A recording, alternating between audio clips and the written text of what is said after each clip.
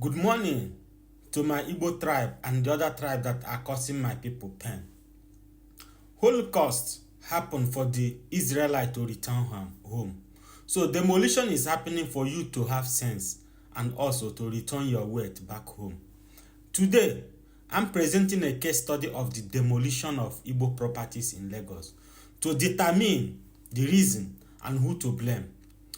But before I present my findings, I want to advise my Igbo people that whenever you want to buy any land or any property, do a search first and make sure that what your allocation paper says is what you are building there, to avoid had I know. Now, over to my findings. My conclusions and findings shows that it is a 50-50% blame.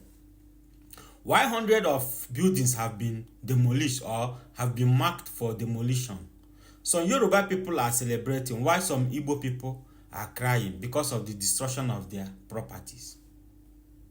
Why I don't have any single remorse is because I only see the unification of the Igbo people through the demolition of their properties in Lagos.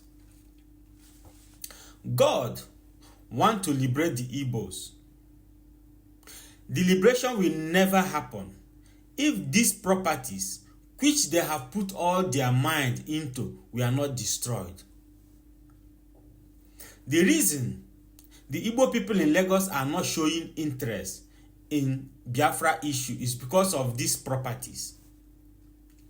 For me, destruction should start from Trade Fair and Alaba International Market, because these traders are the problem. Because they are suffering from property damage syndrome with slave mentality in order to have their properties protected, and yet these properties are still being destroyed daily. It is time to put sentiment aside and face the fact about the demolition of those buildings which happen to be built on FHA land sold to the Igbo people by the Omonile. Others were built on the pipelines and canals.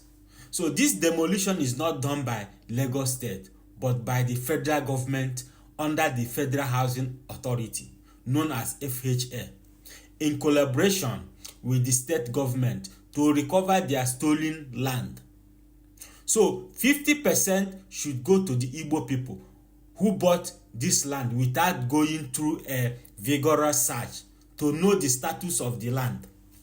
Then the other 50% goes to the federal government and the state government for not offering any assistance or any alternative, like offering the people the opportunity to repurchase the land from the FHA.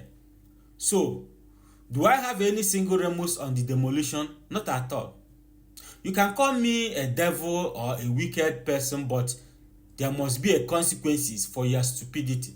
Even although it happens to my Igbo tribe, but it is what it is.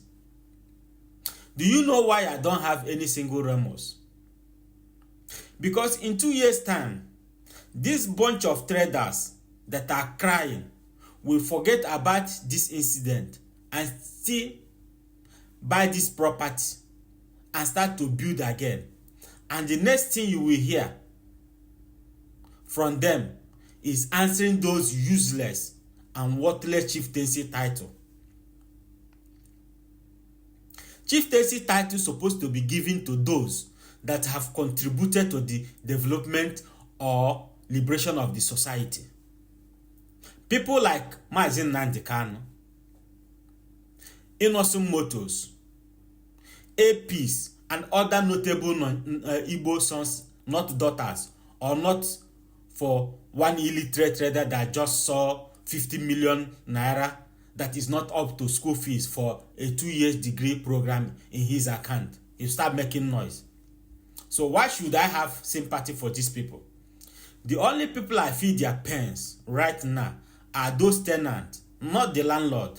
Some of these tenants have paid or renewed their rents and have paid for their school, for their children's school fees, and have no other money to rent house. Now, the stupidity of the landlord has put them in a bad situation. Any Igbo man that went back to repurchase this land, this demolished land, God will punish him and his children. Thank you, and may God bless you for the time spent.